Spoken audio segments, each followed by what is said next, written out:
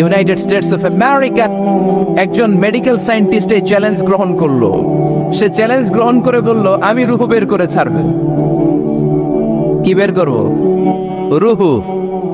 আমেরিকার ওই medical scientist সে challenge করে বলল, আমি রুহু বানাবো। কি বানাবো? উত্তর দিতে হবে কিন্তু। কি বানাবো? রুহু বানাবো। কেমন করে রুহু বের হয় এটা আবিষ্কার করে আমি নোবেল প্রাইজ জিতবো, নোবেল লরেট হব। 7 বছর সে গবেষণা করলো মুমূর্ষু রোগীদের নিয়ে। মুমূর্ষু রোগী নিয়ে বসে থাকে, কখন রুহুটা বের হবে, রুহু ধরার জন্য বসে থাকে। কিন্তু 7 বছরে হাজার হাজার মুমূর্ষু রোগীর দেহ থেকে রুহু উড়াল দিয়েছে, কিন্তু রুহু ধরতে পারে নাই। সুবহানাল্লাহ কইবেন না?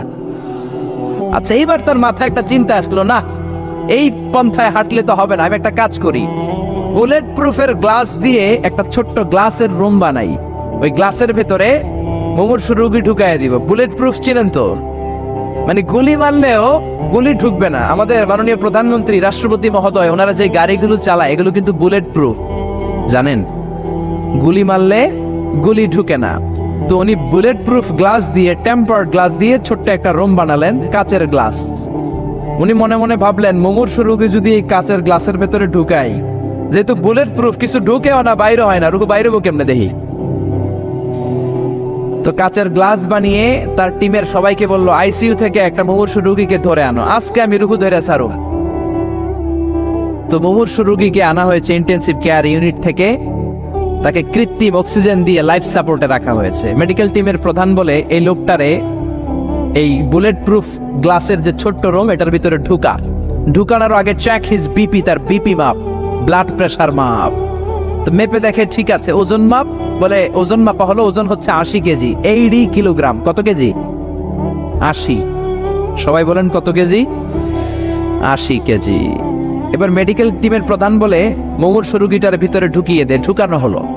এবার সে বলল, লাইফ সাপোর্ট খুলে ফেল। সবাই বলে, স্যার লাইফ সাপোর্ট খুলে ফেললে তো মরে যাবে। মেডিকেল টিমের প্রধানকে মারার জন্যই তো আনছি, এটার না মারলে আমি রুহু পাবো কেমনে? এটা রুহুটা তো বের করতে হবে দেহ থেকে। তো যেই কথা সেই কাজ, ঢুকানো হলো, লাইফ সাপোর্ট খুলে ফেলা হলো। লোকটা গ্লাস ফিটিং করা রুমের ভেতরে ছটফট ছটফট করতে করতে দুনিয়া থেকে বিদায় নাই। এবার মেডিকেল টিমের প্রধান রুহু খুঁজতেছে। দুনিয়া থেকে বিদায়, তার মানে তো রুহু বের হয়ে গেছে, কিন্তু রুহু আর খুঁজে পায় না। গ্লাসের এই দিকে তাকায়, ওই দিকে তাকায়, নিচে উপরে, ডানে বায়ে, সামনে পেছনে, কোথাও রুহু নাই। রুহু খুঁজে পাওয়া যায় না। সে ভাবলো, আমি গ্লাসের দরজাটা খুলে হাত দিয়ে এরকম বাইং মাছ যেমনি হাতায়, এরকম হাতাইলে হয়তো রুহু পাবো। তো কাচের গ্লাস খুলে হাত দিয়ে এরকম হাতানো শুরু করলো। হাতাতে হাতাতে পুরো গ্লাস ফিটিং করা রুমের ভিতরে সব খুঁজে ফেললো, কিন্তু রুহু খুঁজে পাওয়া যায় নাই। লোকটাকে বের করা হলো। উনি বললেন, চেক হিজ বিপি, বিপি মাপতো। সবাই বলে, স্যার এটা তো ময়রা ভূত হয়ে গেছে, এখন তো বিপি নাই। বিপি বুঝেন তো? Blood pressure. এই যে ধাক্কাটা, অলিন্দ নিলয়, সিস্টোলিক ডায়াস্টোলিক, জন্মের পর থেকেই আমাদের এই যে দম নেয়া আর দম ছেড়ে দেওয়ার খেলাটা আছে না নাই? কথা বলেন। এই যে ফুসফুস দম নেয়, দম ছেড়ে দেয়। শীতের রাতে আপনি কম্বল গায়ে দিয়ে ঘুমায় যান, আপনার দমও কি ঘুমায় যায়? আপনার দম ঘুমাইলে তো আপনি ঠুস। আয় রে মানুষ রঙিন ফানুষ, দম ফুরাইলে তবু তো ভাই কারোরই নাই একটুখানি। আয় রে মানুষ রঙিন ফানুষ, রঙিন ফানুষ, আয় রে মানুষ। পড়েন আল্লাহু আকবার। এবার মেডিকেল টিমের প্রধান বলে, চেক হিজ বিপি, বিপি মাপ। সবাই বলে বিপি নাই, কিন্তু ওজন আছে না নাই? মরার পরেও তো একটা লাশের ওজন থাকে কি থাকে না? এবার মেডিকেল টিমের প্রধান বলে, চেক হিজ ওয়েট, ওজন মাপ। এবার ওজন স্কেলে সরানোর পরে দেখা গেল লোকটা মরার আগে ছিল 80, এখন হয়ে গেছে 78 কেজি। কয় কেজি? মরার আগে লোকটা ছিল কয় কেজি? মরার পরে ওজন দেওয়ার পরে ওজন হয়ে গেছে কয় কেজি? কমছে কয় কেজি? মেডিকেল টিমের প্রধান কয়, আমি পাইছি। সবাই কয়, কি পাইছেন?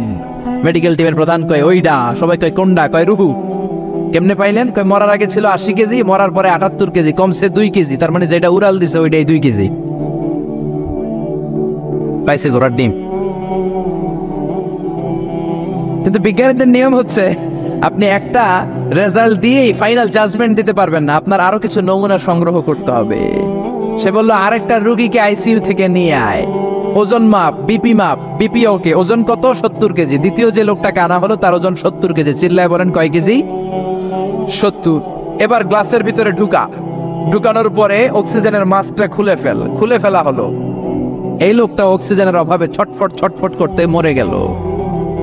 মরার পরে আবার রুহু খোঁজে, কিন্তু গ্লাসের ভিতরে রুহু নাই। এই লোকটাকেও বের করে মেডিকেল টিমের প্রধান বলে চেক হিজ বিপি মাপ। সবাই বলে বিপি নাই, কিন্তু ওজন আছে না নাই? এই লোকটার ওজন মরার আগে কত কেজি? 70। এবার ওজন দিয়ে দেখে এই মৃত লোকটার ওজন হয়ে গেছে 71 কেজি। কয় কেজি? আগেরটা তো কম ছিল, মিলানো গেছে, এবার যাবি কই? হ্যাঁ, আগেরটা 2 কেজি কমেছে। মনে মনে চিন্তা ছিল, রুহু যেটা ছিল উড়াল দিয়েছে, রুহু নাই, 2 কেজি কমেছে। এবার ছিল 70 কেজি, মরার পরে আরো বেড়ে গেছে 1 কেজি, এবার যাবে কই? আল্লাহ বলে কিয়ামত পর্যন্ত বিপি মাপতে পারবা, কিয়ামত পর্যন্ত বুলেট প্রুফের গ্লাসের ভিতরে লাশ ঢুকাতে পারবা, বের করতে পারবা, কিন্তু রুহু খুঁজে বের করতে পারবা না। ঠিক কি না? ইয়াসআলুনাকা আনির রূহি কুলির রূহু মিন আমরি রাব্বি ওয়া মা উতীতুম মিনাল ইলমি ইল্লা কালিলা। নবী লোকেরা আপনার রুহের ব্যাপারে জিজ্ঞেস করে, আপনি সোজা সাপটা লোকদেরকে বলে দেন, রুহু হলো আমার আল্লাহর আদেশ মাত্র। আল্লাহর আদেশে দেহে ঢুকে, আল্লাহর আদেশে বের হয়। পৃথিবীর কোন মানুষ রুহু খুঁজে বের করতে পারবে না, সে বের করতে পারে নাই। কারণ মানুষ মরে গেলে এক একজনের দেহের অবস্থা এক এক রকম। কারো হাতটা টাইট হয়ে যায়, খিচুনি দিয়ে দেহের সবকিছু জমাট বেঁধে যায়, ওজন কিছু বেড়ে যায়। আবার কারো দেহটা ফেসফেসে হয়ে যায়, দেহের পেটের ভেতরে যত গ্যাস ছিল এগুলো বের হয়ে দেহটা পাতলা হয়ে যায়। পাতলা হোক আর ভারী হোক, ওইটা মেজারমেন্ট করে রুহু খুঁজে বের করা যায় না। চিল্লায় বলেন ঠিক কিনা? আমরা বললাম আল্লাহ, বুঝলাম আপনি ক্ষমতার মালিক, আপনি রুহুর মালিক, আর কিসের মালিক বলেন? আল্লাহ বললেন, আল্লাযী খালাকা সাবআ সামাওয়াতিন তিবাকা মা তারা ফি খালকির রহমানি মিন তাফাউত। ও গোলাম, আকাশের দিকে তাকা, মাথার উপরে তাকা। 7টা স্তরে আকাশটারে 7টা স্তরে বিন্যস্ত করে সাজিয়ে দিয়েছে কে? আবার আল্লাহ বললেন, ওয়ালাকাদ যায়্যানাস সামাআদ দুনিয়া বিমাসাবিহা ওয়া জাআলনাহা রুজুমান লিশ-শায়াতিন। আমি এই পৃথিবীর কাছের আকাশটাকে, প্রথম আকাশটাকে চমৎকার চমৎকার তারা দিয়ে সুশোভিত করে দিয়েছি। সুবহানাল্লাহ। এই যে খালি চোখে উপরের দিকে যে আপনারা তাকান, তাকালে যেটা দেখা যায় এটা কি আকাশ? কথা বলেন না, এটা আকাশ না, এটা মহাশূন্য। এটা কি? জোরে বলেন, এটা কি? স্পেস, এটা মহাশূন্য। আপনি উপরের দিকে তাকালে যেটা দেখেন এটা প্রথম আকাশের মহাশূন্য। কথা খেয়াল করে বুঝতে হবে। তার অনেক অনেক উপরে প্রথম আকাশ, তারপরে দ্বিতীয় আকাশের মহাশূন্য, তারপরে দ্বিতীয় আকাশ, তারপরে তৃতীয় আকাশের মহাশূন্য, তারপরে তৃতীয় আকাশ, তারপরে চতুর্থ আকাশের মহাশূন্য, তারপরে চতুর্থ আকাশ। এভাবে একটার চেয়ে আরেকটা বড়। কত বড়? বিষ্ণু বললেন, তোমার হাতের আংটিটা খুলে যদি সাহারা মরুভূমির উপরে ছুঁড়ে ফেলে দাও, সাহারা মরুভূমির তুলনায় তোমার হাতের আংটি যত ছোট, আল্লাহর দ্বিতীয় আসমানের তুলনায় আল্লাহর প্রথম আসমানটা ঠিক তত ছোট। সুবহানাল্লাহ। বাড়িতে যে বললেন, একটার চেয়ে আরেকটা বড়। প্রথম আসমানের চেয়ে দ্বিতীয় আসমান বড়, দ্বিতীয় আসমানের চেয়ে তৃতীয় আসমান বড়, ওইটার চেয়ে চতুর্থ, পঞ্চম, ষষ্ঠ, সপ্তম ওইটা বড়। তার উপরে বর্ডার এলাকা সিদরাতুল মুনতাহা বড়, তার চেয়ে বড় হচ্ছে লাউহে মাহফুজ, তার চেয়ে বড় আল্লাহর আরশ, তার চেয়ে বড় আল্লাহর কুরসি, তার উপরে আল্লাহর 70,000 নূরের পর্দার প্রথম পর্দাটা মহাবিশ্বের সবকিছুর চাইতে বড়। আল্লাহর এই সৃষ্টির তুলনায় কত ক্ষুদ্র আমি, কত তুচ্ছ আমি, কত নগণ্য আমি। এই যে আড়াইবাড়ি দরবার, এটার কোন থানায় পড়েছে? কসবা। কসবা হচ্ছে ব্রাহ্মণবাড়িয়ার একটা থানা, তাই না? ব্রাহ্মণবাড়িয়া হচ্ছে বাংলাদেশের 64টা জেলার একটা জেলা। এরকম 64টা জেলা মিলে সুজলা সুফলা শস্য শ্যামলা ডিজিটাল বাংলাদেশ। ঠিক কিনা? আর এই ডিজিটাল বাংলাদেশ এই পৃথিবীর সবচেয়ে বড় দেশ নাকি? হ্যাঁ, তাহলে ছোট্ট সাইজের একটা দেশ। এই যে পাশের ভারত, এই ভারতও বাংলাদেশের চেয়ে 20-25 গুণ বড়। কানাডা প্রায় 100 গুণ বড়, রাশিয়া প্রায় 150 গুণ বড়। এরকম 200টা দেশ নিয়ে পৃথিবীর 30 ভাগ স্থল, বাকি 70 ভাগ শুধু হানি আর হানি। বুঝতে পারছেন? 30 ভাগ হচ্ছে স্থল, বাকি 70 ভাগ জল। এই পুরোটা মিলে আমাদের পৃথিবী। এই পৃথিবী হচ্ছে সৌরজগতের খুব ছোট্ট সাইজের একটা গ্রহ। সৌরজগৎ নিয়ে যাদের কিছু পড়াশোনা আছে তারা জানবেন, এই সৌরজগতের একটা ছোট্ট বালিকণার চেয়েও ছোট সাইজের একটা গ্রহ হচ্ছে পৃথিবী। এই সৌরজগতের যে গ্রহগুলো আছে এমনও গ্রহ আছে যেগুলো পৃথিবীর চাইতে সাইজে অনেক বড়। বৃহস্পতি নামে একটা গ্রহ আছে, বিশাল বড় সাইজের গ্রহ। যেই সূর্যের আলো পেয়ে আমরা বেঁচে আছি, এই সূর্যটা পৃথিবী থেকে 13 লক্ষ গুণ বড়। সুবহানাল্লাহ। বাড়িতে যে দেখছেন, বাড়িতে যে বলতে বললে এদিকে বলে ফেলায়। আলহামদুলিল্লাহ, ডিজিটাল হতে হবে। তো এই সূর্যটা পৃথিবী থেকে 13 লক্ষ গুণ বড়। কত লক্ষ? Can you imagine, can you guess? এটা কি আপনি কল্পনা করতে পারেন? 13 লক্ষ পৃথিবী সূর্যের মধ্যে রাখার জায়গা করে দিয়েছে কে? সূর্য কি পৃথিবী থেকে মাত্র 13 গুণ বড়? 1300 গুণ, 13,000 গুণ, 13 লক্ষ গুণ। তার মানে কি সূর্যই মহাবিশ্বের সবচেয়ে বড় গ্রহ, বড় তারা? না। ব্যাটেলজিউস নামে একটা তারা আছে, যে সূর্য পৃথিবী থেকে 13 লক্ষ গুণ বড়। ওই ব্যাটেলজিউস তারা আবার ওই সূর্যের চেয়ে 33 কোটি গুণ বড়। তার মানে ব্যাটেলজিউস তারাই মহাবিশ্বের সবচেয়ে বড় তারা? না। ব্যাটেলজিউসের চেয়েও যে কত বড় তারা আছে তার কোনো ইয়ত্তা নাই। এরকম lakh lakh, million, billion, trillion, zillion, ফিলিয়ন, অক্ট্রিলিয়ন, কত অক্ট্রিলিয়ন তারা যে আমাদের গ্যালাক্সি মিল্কি ওয়েতে আছে, ইউনাইটেড স্টেটস অফ আমেরিকার নাসার বিজ্ঞানীরা আজও হদিস করতে পারে নাই। চিল্লায় কোন আল্লাহু আকবার। সূর্যের পরে পৃথিবীর সবচেয়ে কাছের তারার নাম হচ্ছে প্রক্সিমা সেন্ট্রাই, তারপরে আলফা সেন্ট্রাই এ, আলফা সেন্ট্রাই বি, ইটা ক্যারিনা, ব্যাটেলজিউস একটার চেয়ে আরেকটা বড়। আসেন, এই শীতের রাতে আমরা সূর্যের পরে পৃথিবীর সবচেয়ে কাছের যে তারা প্রক্সিমা সেন্ট্রাই, এই শীতকালের একটা পিকনিক করে আসি ওখান থেকে। প্রক্সিমা সেন্ট্রাইতে আমরা পিকনিক করতে যাবেন? ওখানে যদি আমরা শীতকালীন পিকনিক করতে যাই তাহলে আমাদের কত সময় লাগবে? ছোট্ট একটা আইডিয়া দেই। তো আমরা যে পিকনিকে যাব, যারা যারা হাত তোলেন, কিভাবে যাইবেন? গাড়িতে? কেন? প্লেনে? রকেটে? হ্যাঁ, রকেটে যাইতে হবে, প্লেনে যাওয়া যাবে না। কারণ বর্তমান বিশ্বে সবচেয়ে দ্রুতগামী যে প্যাসেঞ্জার প্লেন আবিষ্কার হয়েছে, এটার নাম হচ্ছে বোম সুপারসনিক। কি নাম? Bomb supersonic. বোম বোম আফ্রিদিরা আবার বোম সুপারসনিক। এটা ঘন্টায় চলে 1300 কিলোমিটার বেগে। এটা দিয়েও যাওয়া যাবে না, কারণ কোনো প্যাসেঞ্জার বিমান দিয়ে এই যে মাধ্যাকর্ষণ শক্তি, এটাকে ডিঙানো যায় না। আমাদেরকে যেতে হবে রকেট দিয়ে। কোন রকেট দিয়ে যাব? যে রকেট দিয়ে নীল আর্মস্ট্রং, এডউইন অলড্রিন আর মাইকেল কলিন্স 1969-এ চাঁদে নেমেছিল। ওই রকেটটার নাম হচ্ছে অ্যাপোলো 11।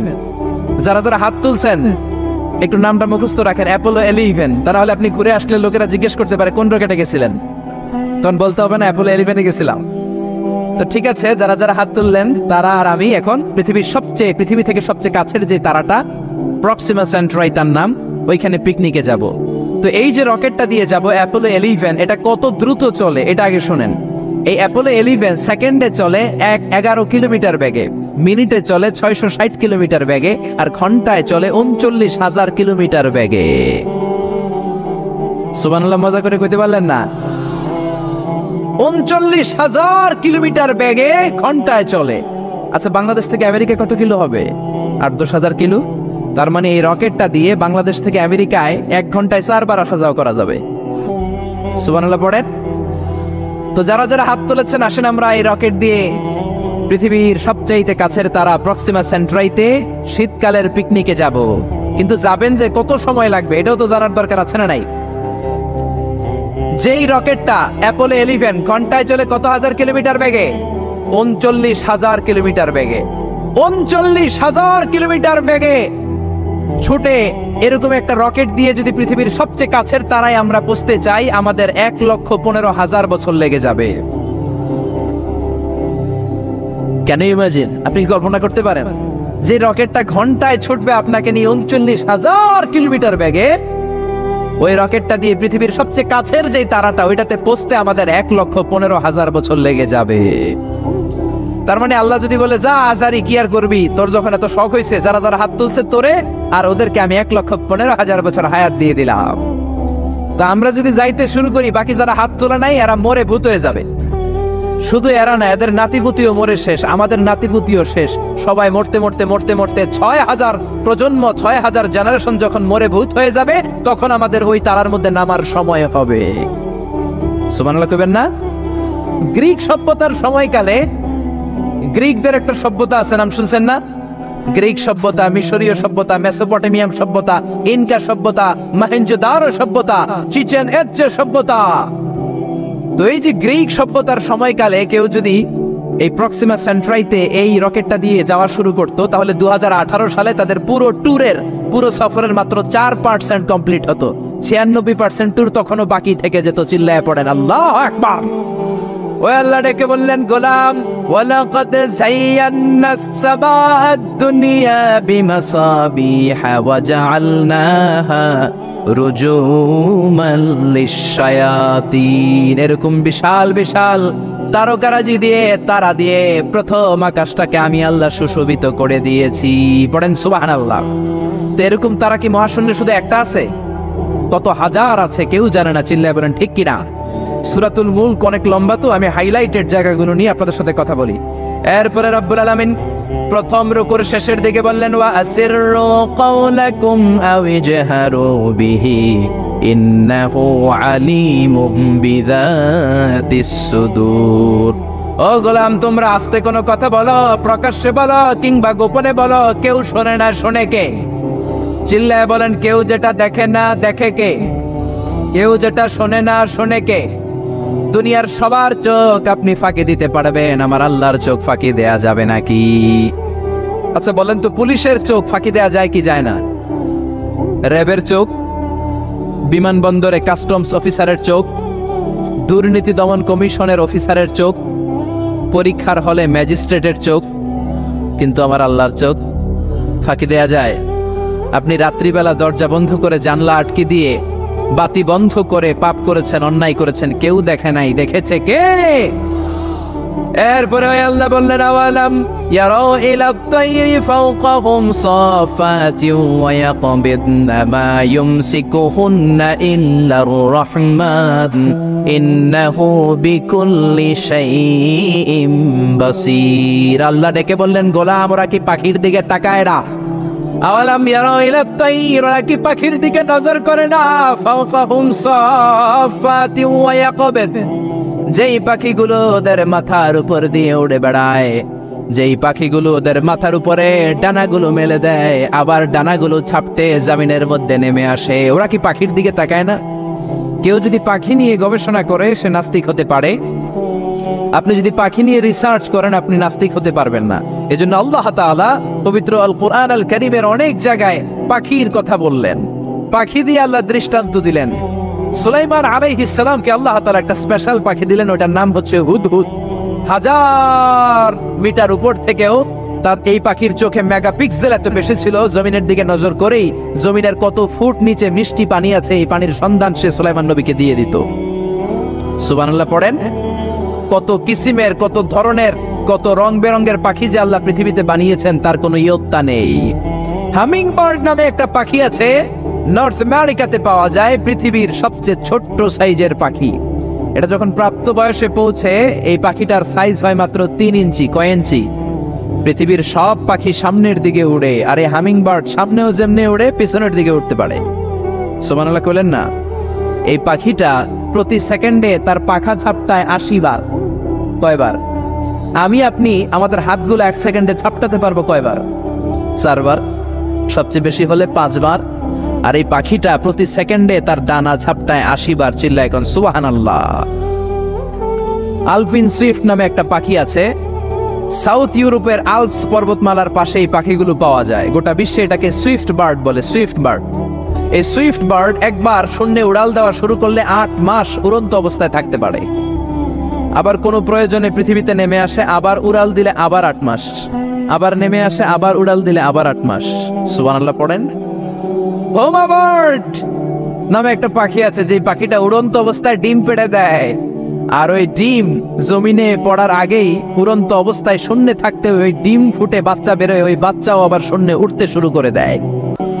এজন্য রব্বুল আলামিন বলেন, আওয়ালাম ইয়ারাউ ইলা তাইরি ফাওকাহুম সাফাতিন ওয়া ইয়াকবিদ মা ইউমসিকুহুন্না ইল্লার রাহমান ইন্নাহু বিকুল্লি শাইইন বাসীর। নাস্তিকগুলো কি পাখির দিকে নজর করে তাকায় না? কেমন করে তাদের উপর দিয়ে পাখাগুলো মেলে দিয়ে তারা উড়ে বেড়ায়। সাফাতিন ওয়া ইয়াকবিদনা, পাখাগুলো ডানাগুলো মেলে দেয় আবার ডানা ঝাপটায়। এই পাখিগুলোকে শূন্যে কেউ ধরে রাখে নাই, ধরে রেখেছে একজন, তিনি হলেন আমার আল্লাহ। তিনি কে? এই যে পাখিগুলো শূন্যে উড়ন্ত অবস্থায় থাকতে পারে, ওদেরকে শূন্যে উড়ন্ত অবস্থায় রাখলো কে? জোরে বলেন কে? ছোট্ট হাঁসের বাচ্চা পৃথিবীতে আসার সাথে সাথে কেমন করে পানিতে সাঁতার কাটে? কে এই হাঁসের বাচ্চারা শিখালো যে তোর ডানা ঝাপটাতে হবে, পা নাড়াতে হবে? শিখালো কে? গাভীর পেট থেকে বাছুর বের হয়েই গাভীর ওলানের মধ্যে ঢু মারে, কে ওরে শিখালো ওই জায়গায় ঢু দে, ওইখানে ঢু মারলেই তোর রিজিক বেরোবে? কে শিখালো? সুবহানাল্লাহ কইতে মন চায় না? এজন্য আল্লাহ বললেন ওরা কি পাখির দিকে তাকায় না? পাখির দিকে তাকালে তো পৃথিবীর কোন মানুষ নাস্তিক থাকতে পারে না। পাখিকে আরবিতে কি বলে বলেন তো দেখি? হ্যাঁ, কি? তয়ের। হ্যাঁ, তয়ের। আর বিমানকে আরবিতে কি বলে কে জানেন? তয়ের, তয়রান, তয়ের একই জিনিস। বিমান আরবিও যা, পাখি আরবিও তা। Birds and aeroplane maintain the same flying mechanism while flying. পাখি আর বিমান যখন আকাশে উড়ে একই সিস্টেমে উড়ে, এজন্য এই পাখির উপর রিসার্চ করে বিমান আবিষ্কার হয়েছে। সুবহানাল্লাহ পড়েন। কিন্তু আফসোসের বিষয় হচ্ছে আমরা বানাতে পারি নাই, এটা বানিয়েছে ইহুদিরা। উইলভার রাইট অর উইল রাইট দুই ভাই মিলে বিমান বানিয়েছে 1903 সালে। ইউনাইটেড স্টেটস অফ আমেরিকার নাগরিক এই দুই ভাই মিলে তারা বিমান বানিয়ে ফেললো। আমরা বানাতে পারি নাই। আমরা আছি মদ আর নারী নিয়ে, আমরা আছি হিন্দি সিনেমা নিয়ে, আমরা আছি মারামারি নিয়ে, আমরা আছি কাফের ফতুয়া দেয়া নিয়ে, আমরা আছি তর্কাতর্কি নিয়ে, জি বাংলা নিয়ে, স্টার জলসা নিয়ে, কিরণমালা নিয়ে। চিল্লায় বলেন ঠিক কিনা? স্টার জলসা হায়ারে জিহি বাংলা, নষ্ট করলো হয়ে আমার সোনার বাংলা। স্টার জলসা হায়ারে জিহি বাংলা, নষ্ট করলো হয়ে আমার সোনার বাংলা। ঠিক কিনা? কেমন করে পরকিয়া করতে হবে, শাশুড়ি বউয়ের মধ্যে কেমন করে কুটনামি লাগাতে হবে, এগুলো ট্রেনিং জি বাংলা, স্টার জলসা, হিন্দি সিনেমার ভেতরে আছে না নাই? আমরা এগুলো নিয়ে ব্যস্ত, কাফের ফতুয়া দিয়ে নিয়ে ব্যস্ত। কথায় কথায় আমাদের মুখ দিয়ে বেরোয় তুই কাফের, তুই 3 কারণে কাফের, তুই 5 কারণে কাফের, তুই 6 কারণে কাফের। এই কাফের মরলে এই কাফেরকে যেখানে কবর দেয়া হবে, ওই কবরের উপর যে ঘাস উঠবে, ওই ঘাস যে গাভী খাবে, ওই গাভীর দুধ যে খাবে, ওইটাও কাফের। এরকম ফতোয়া আছে না নাই? তো আমরা এই ফতোয়াবাজি নিয়ে ব্যস্ত। উইলভার রাইট আর অরভিল রাইট কোরআনের এই আয়াতের উপর রিসার্চ করে, গবেষণা করে এরা দুইজন বিমান বানিয়ে ফেললেন। এই দুই ভাই পাহাড়ের মধ্যে শুয়ে কত পাখি যে দেখেছে, কত পাখির ছবি যে এঁকেছে, কত পাখির মোশন এন্ড মুভমেন্ট নিয়ে তারা গবেষণা করেছে। করতে করতে করতে এই দুই ভাই বিমান বানিয়ে ফেলেছে। তবে এখনকার মতো এত উন্নত বিমান নয়, ছোট্টখাটো বিমান, একটু উড়ে আবার ধপাস করে জমিনে পড়ে, একটু উড়ে আবার ধপাস করে জমিনে পড়ে। সর্বপ্রথম ফ্রান্সের এক শহর থেকে আরেক শহরে পৃথিবীর প্রথম প্যাসেঞ্জার বিমান এক শহর থেকে আরেক শহরে ল্যান্ড করেছে। এই তো মানুষের স্বপ্ন বাস্তবায়িত হয়ে গিয়েছে। এতদিন মানুষ শুধু দেখতো হায় রে পাখি উড়ে, আমরা উঠতে পারি না। এখন পাখির চেয়ে আরো দ্রুত বেগে আমরা উড়ি, ঠিক কিনা? এই যে আপনারা হজে যান, কিভাবে যান? প্লেনে যান। প্লেনে যান তো বুঝলাম, উড়ে উড়ে যান না? পাখি আর কত দ্রুত উড়ে, পাখির চেয়ে দ্রুত বেগে আমরা উঠতে পারি। চিল্লায় বলেন ঠিক কিনা? এই বিমান আবিষ্কার হওয়ার আগ পর্যন্ত পৃথিবীর সব দেশের ছিল শুধু সেনাবাহিনী আর নৌবাহিনী। বিমান আবিষ্কারের পর শুরু হয়ে গেল বিমান বাহিনী। এখন সব স্বাধীন দেশের বিমান বাহিনী আছে না নাই? Air force, military. এখন মানুষ ড্রোন হামলা করে, মিসাইল হামলা করে, ব্যালিস্টিক ক্ষেপণাস্ত্র দিয়ে হামলা করে। United States of America Little Boy and Fat Man নামে দুইটা পারমাণবিক বোমা দিয়ে জাপানের হিরোশিমা নাগাসাকিকে ধ্বংস করে মেসাকার করে দিয়েছে। এমন ভাবে ধ্বংস করেছে, তারপরে কয়েক প্রজন্ম যারাই জন্ম নিত জাপানের হিরোশিমা নাগাসাকিতে বিকলাঙ্গ হয়ে জন্মাতো। হয় হাত নাই, নয় পা নাই, নয় চোখ নাই, নয় ঠ্যাং নাই। চিল্লায় বলেন ঠিক কিনা? এজন্য আল্লাহ বললেন, গোলাম আওয়ালাম ইয়ারাউ ইলা আত-তায়রি ফাওকাহুম সাফাতিন ওয়া ইয়াকবিদ মা ইউমসিকুহুন্না ইল্লার রাহমান ইন্নাহু বিকুল্লি শাইইন বাসীর। এই পৃথিবীর স্বঘোষিত নাস্তিকগুলা কি পাখির দিকে নজর করে তাকায় না? পাখি নিয়ে কোন নাস্তিক যদি গবেষণা করে, ওই নাস্তিক আর নাস্তিক থাকতে পারে না। ওরে নাস্তিক থেকে আস্তিক বানায়া দিবে কে? এরপর আল্লাহ বললেন আম্মান হাযাল্লাযী ইয়ারযুকুকুম ইন আমসাকা রিজকাহু বাল্লাজ্জু ফি উতুইন ওয়া নুফুর। আল্লাহ বললেন, ও গোলাম, আমি আল্লাহ রিজিক দেই। আমি আল্লাহ যদি তোদের রিজিক বন্ধ করে দেই, কে আছে তোদের রিজিক দিতে পারে? রিজিক দেওয়ার মালিক কে? পৃথিবীতে যত খাবার আছে সব খাবারগুলো যদি নষ্ট হয়ে যায়, আমাদেরকে খাবার দিবে কে? ঘুম থেকে উঠে দেখলেন কোথাও কোনো খাবার নাই, বাজারে ফলমূল নাই, বিস্কুট নাই, আলু নাই, সিঙ্গারা নাই, কিচ্ছু নাই, ক্ষেতের মধ্যে কোনো ফসল নাই, গাছের মধ্যে ফুল ফল কিচ্ছু নাই। এরকম যখন অবস্থা হয়ে যাবে, আল্লাহ যদি রিজিক গুলো দেয়া বন্ধ করে দেয়, আপনাদেরকে রিজিক দিবে কে? খাদ্য দিবে কে? নাকি আপনাদের খাদ্যমন্ত্রী? আপনাদের খাদ্যমন্ত্রীও রিজিক দিতে পারবে না, প্রধানমন্ত্রী? জোরে বলেন। এজন্য আল্লাহ বললেন, ওমা মিন দাব্বাতিন ফিল আরদি ইল্লা আলাল্লাহি রিজকুহা। এই জমিনের মধ্যে যত ধরনের প্রাণী আছে, মাছ আছে, পশু আছে, সব প্রাণীগুলাকে, মানুষগুলাকে রিজিক দেয় কে? তিমি মাছগুলো সকালবেলা সাগরের এই মাথা থেকে ওই মাথা যায় খালি পেটে, বিকেলবেলা পেট ভর্তি করে তিমি মাছটারে ফিরায় দেয় কে? বাবুই পাখি সকালবেলা বাসা থেকে খালি পেটে বের হয়ে যায়, বাবুই পাখির পেট ভর্তি করে বিকেল বেলায় বাসায় ফিরিয়ে দেয় কে?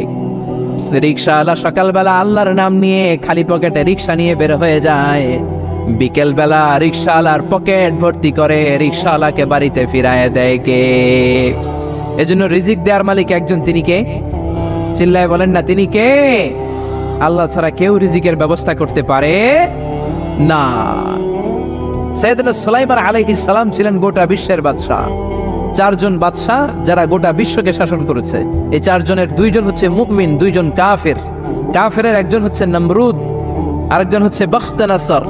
এই বখতনাসরকে ইংরেজিতে বলে নেবুচাডনেজার দ্য সেকেন্ড।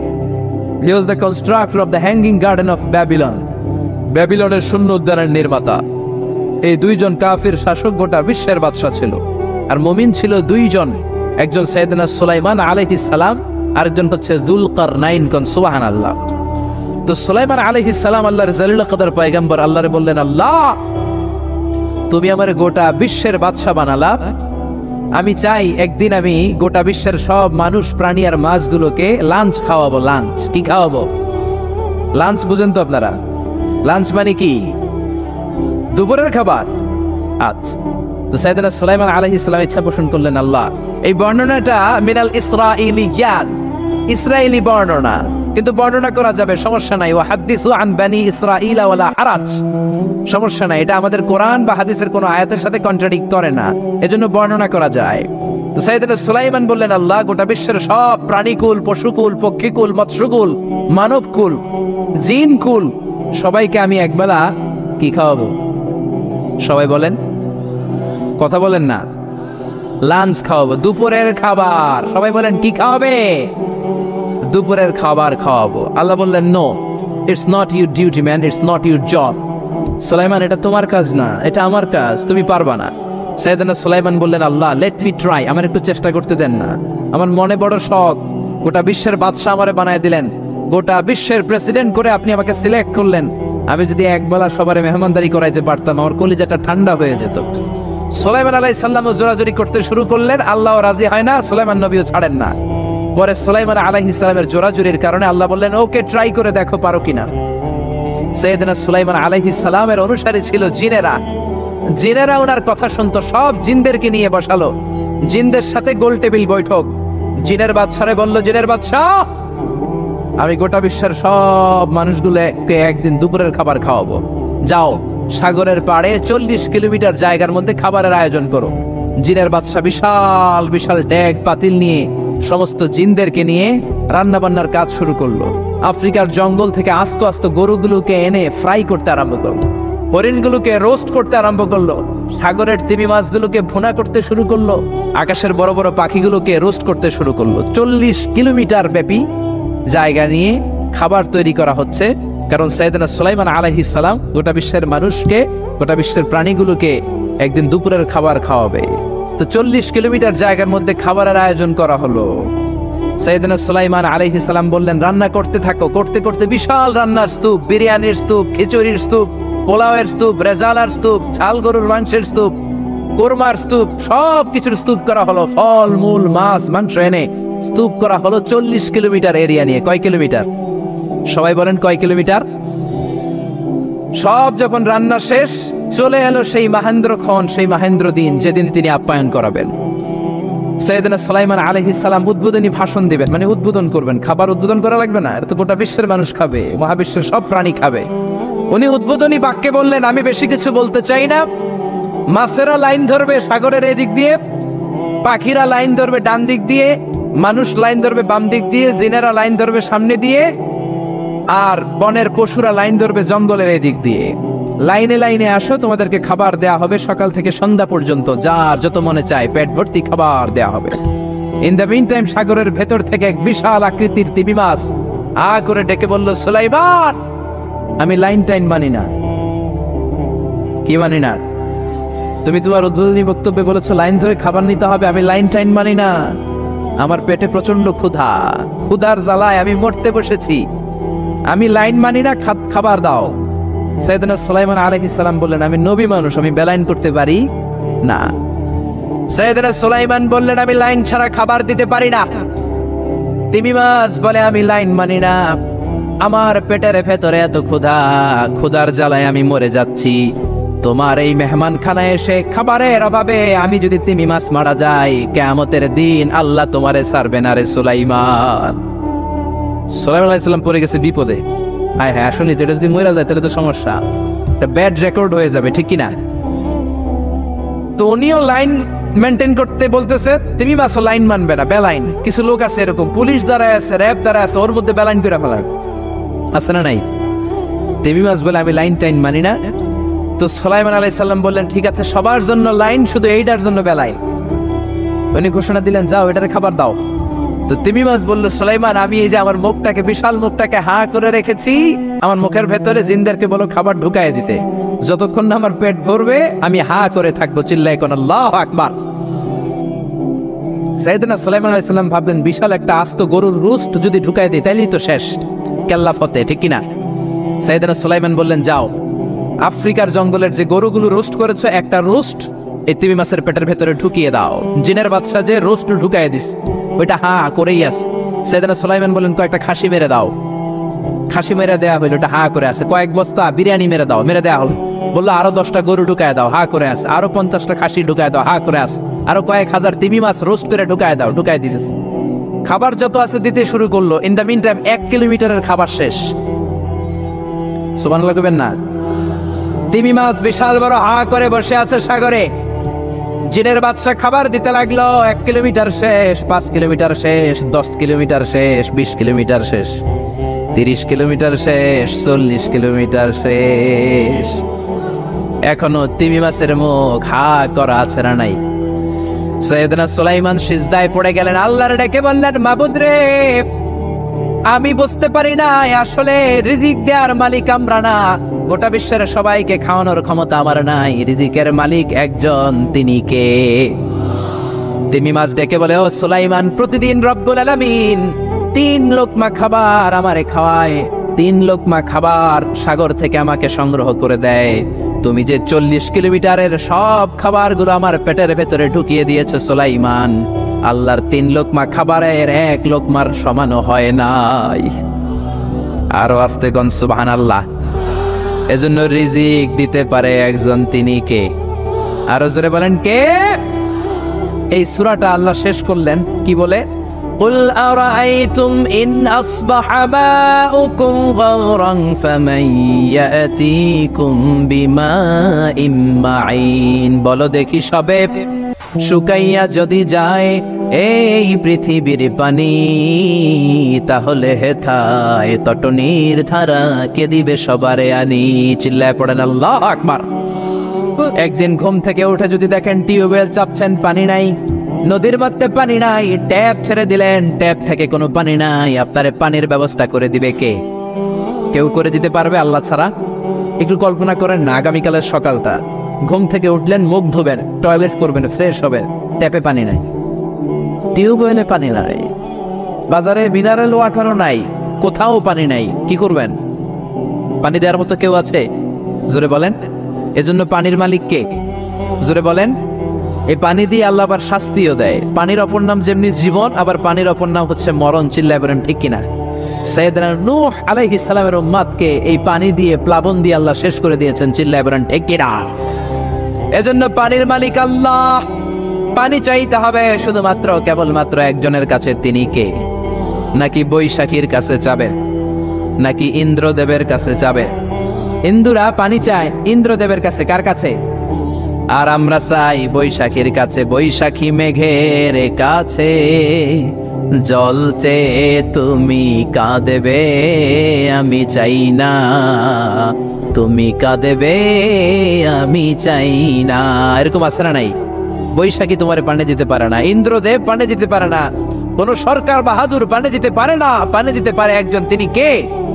আল্লাহ মেঘ দে পানি দে, ছায়া দে রে তুই। আল্লাহ মেঘ দে, পড়েন পড়েন, আল্লাহ মেঘ দে পানি দে, ছায়া দে রে তুই। আল্লাহ মেঘ দে। পানি দেওয়ার মালিক হচ্ছে একজন, তিনি কে? কেউ যেটা পারে না পারে কে? কেউ যেটা দেয় না দেয় কে? এই পানি থেকে আল্লাহ মহাবিশ্বের সব সৃষ্টি করলেন। ওয়াজআলনা মিনাল মাই কুল্লা শাইইন হাই আফালা ইউমিনুন। আমি পানি থেকে তোমাদের সবাইকে বানালাম, তারপরেও কি ওরা ঈমান আনবে না? ১৫০০ বছর আগে আল্লাহ এই কোরআনে বললেন, আমি পৃথিবীর সব প্রাণগুলোকে বানিয়েছি পানি থেকে। কোত্থেকে? জোরে বলেন। বিজ্ঞানীরা এখন স্বীকার করছে যে পৃথিবীর সর্বপ্রথম প্রাণ পানি থেকে এসেছে। চাঁদে পানি নাই, তাই প্রাণও নাই। মঙ্গলে পানি নাই, তাই প্রাণও নাই।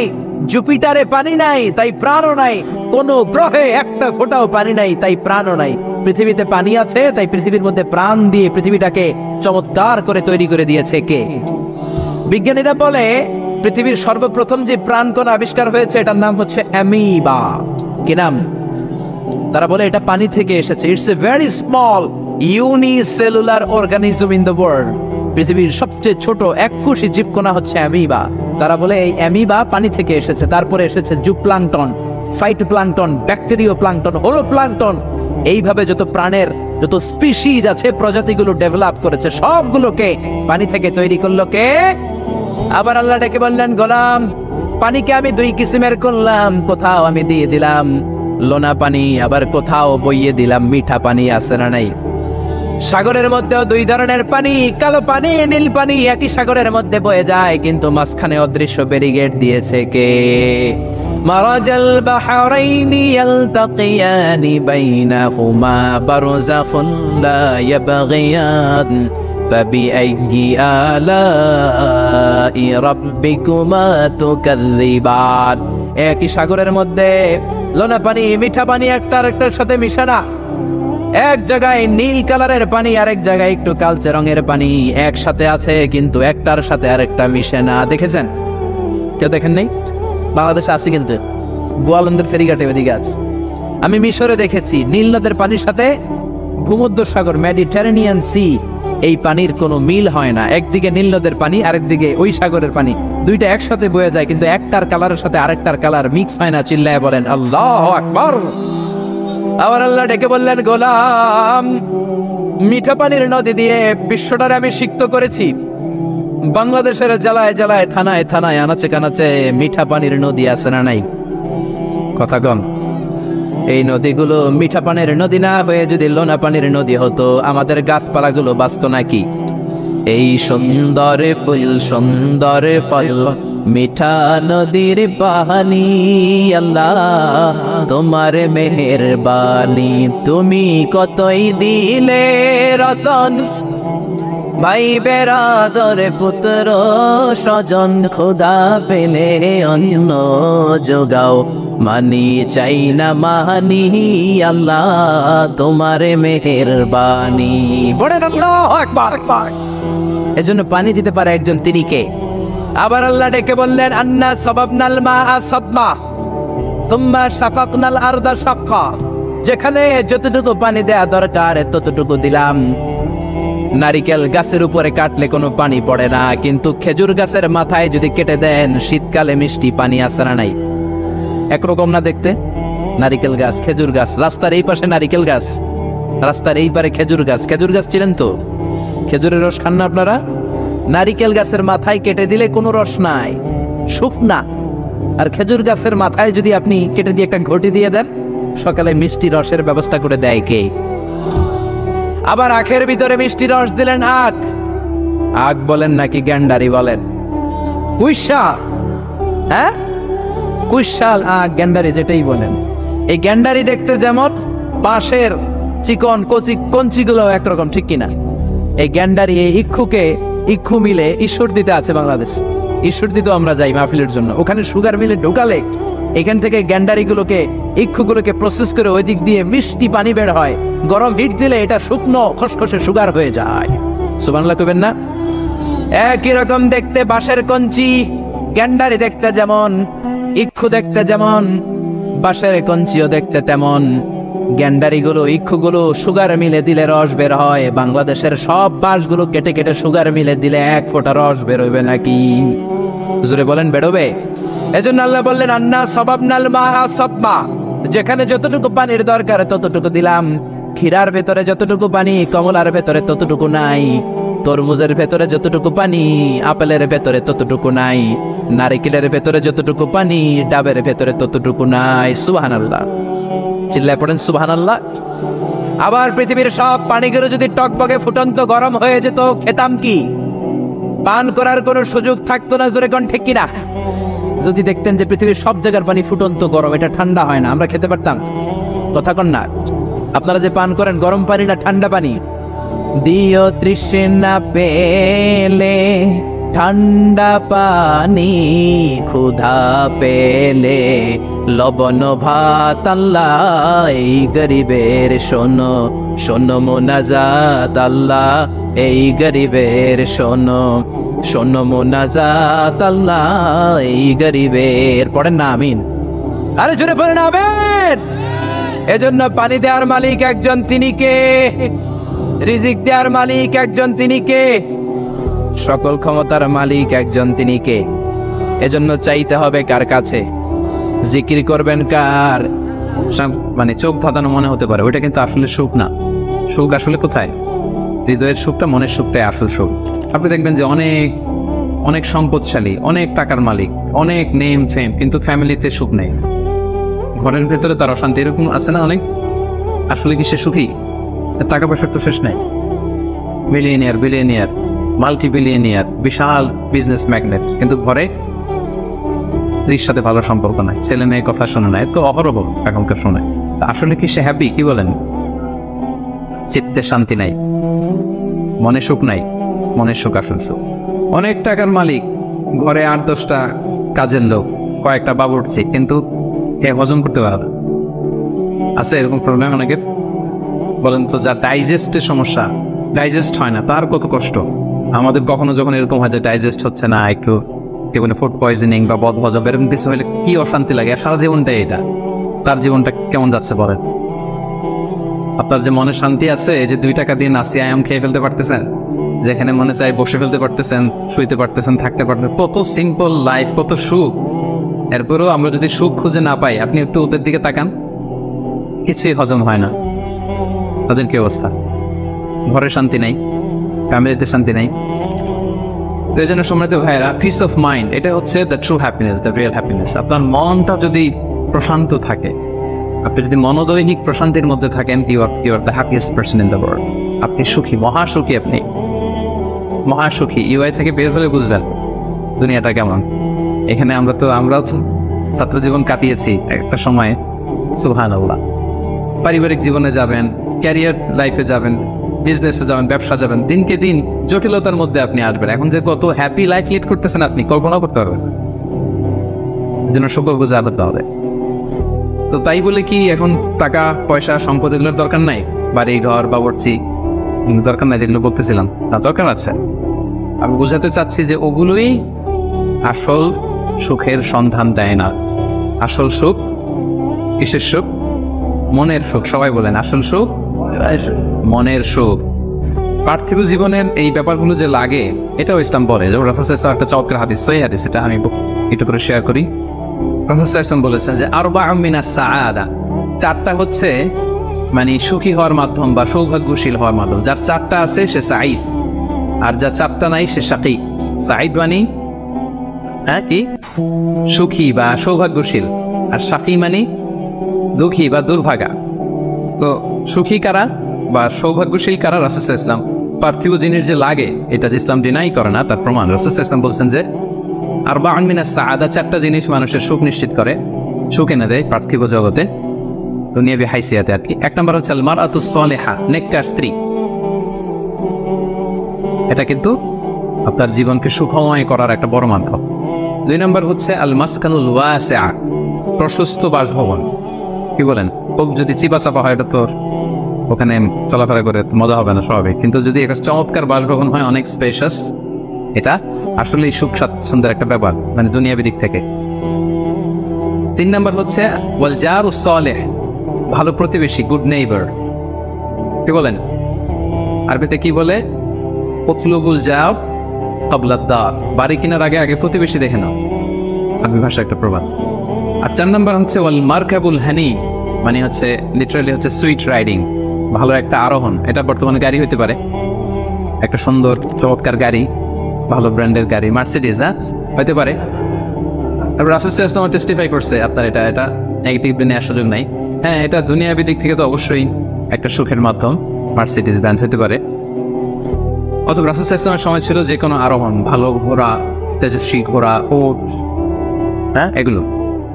তাহলে এই 4টা হচ্ছে আরবাউন মিনাস সাআদা, এই 4টা জিনিস পার্থিব জগতের সুখ এনে দেয়, মানুষের সৌভাগ্যশীল বানায়। তার মানে ইসলাম এটা নিষেধ করে নাই। কিন্তু দ্য পয়েন্ট ইজ হেয়ার, রাসূল সাল্লাল্লাহু আলাইহি ওয়াসাল্লামের জীবনে কয়টা ছিল বলেন? এই 4টার মধ্যে থেকে রাসূল সাল্লাল্লাহু আলাইহি ওয়াসাল্লামের জীবনে আসলে কয়টা ছিল? শুধু 1 নম্বরটাই ছিল। যদি আপনি মানে একেবারে সঠিকভাবে চিন্তা করে দেখেন, এই 4টা জিনিস থাকলে যে জীবনটা খুব স্মুথ হয়, রাসূল সাল্লাল্লাহু আলাইহি ওয়াসাল্লাম বলছেন কথা ঠিক, কিন্তু ওনার কয়টা ছিল? একটাই ভালো মতো ছিল, সেটা কি? নেককার স্ত্রী, আল মারআতুস সালিহা, এটা ছিল। 2 নম্বরে আসেন আল মাসকানুল ওয়াসি, তো মোটেও ছিল না। রাসূল সাল্লাল্লাহু আলাইহি ওয়াসাল্লামের ঘরের সাইজ জানেন তো না?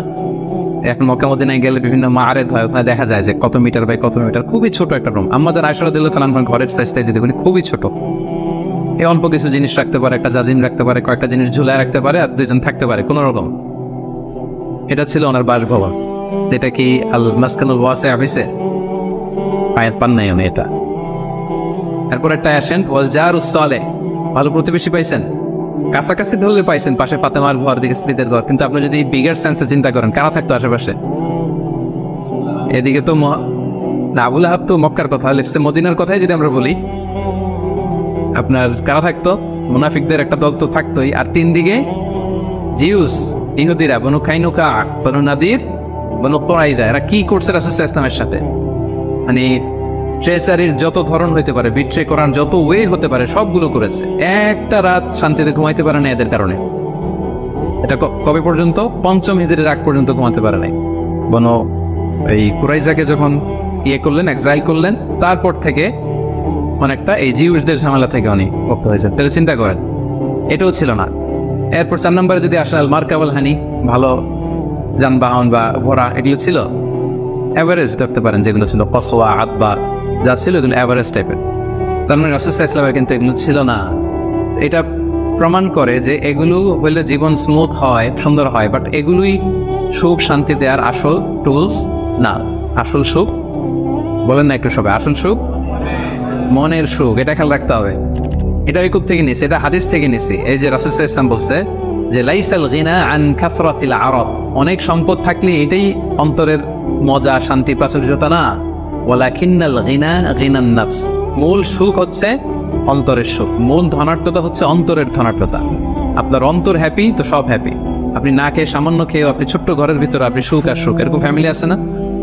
আপনারা কি মনে করেন যে রিক্সাওয়ালার যে বস্তির ভেতরে কুড়ে ঘরে কোনো সুখ নাই? কথা বলেন, আছে না? আছে। এদেরকেও আল্লাহ সুখের সন্ধান দিয়েছেন। নট নেসেসারি যে আপনার টাকা পয়সা এগুলো হইলেই সুখ হবে না। আরেকটা হাদিস আমি ইবনে মাজাহ থেকে একটু শোনাই, খুব চমৎকার হাদিস। হাদিসটা সুনান ইবনে মাজাহ এসেছে, মান কানাতিদ দুনিয়া হাম্মাহু ফারাফাল্লাহু আলাইহি আমরাহু ওয়া জাআলা ফাকরাহু বাইনা আইনাই। লম্বা হাদিস, আমি অর্থটা বলি। হাদিসটা একটু খেয়াল করেন আমার সাথে। রাসূল ইসলাম বলেছেন, পার্থিব চিন্তা যাকে মোহগ্রস্ত করবে, মানে যে দুনিয়া নিয়ে পেরেশান, তার কি হবে দেখেন? তার কাজকর্মে আল্লাহ তাআলা অস্থিরতা ঢেলে দিবেন, সে অস্থির হবে। দারিদ্রতা হবে তার নিত্য সঙ্গী, এবং এই পার্থিব স্বার্থ সে ততটুকুই পাবে যতটুকু তার তাকদিরে লেখা আছে, এর বেশি পাবে?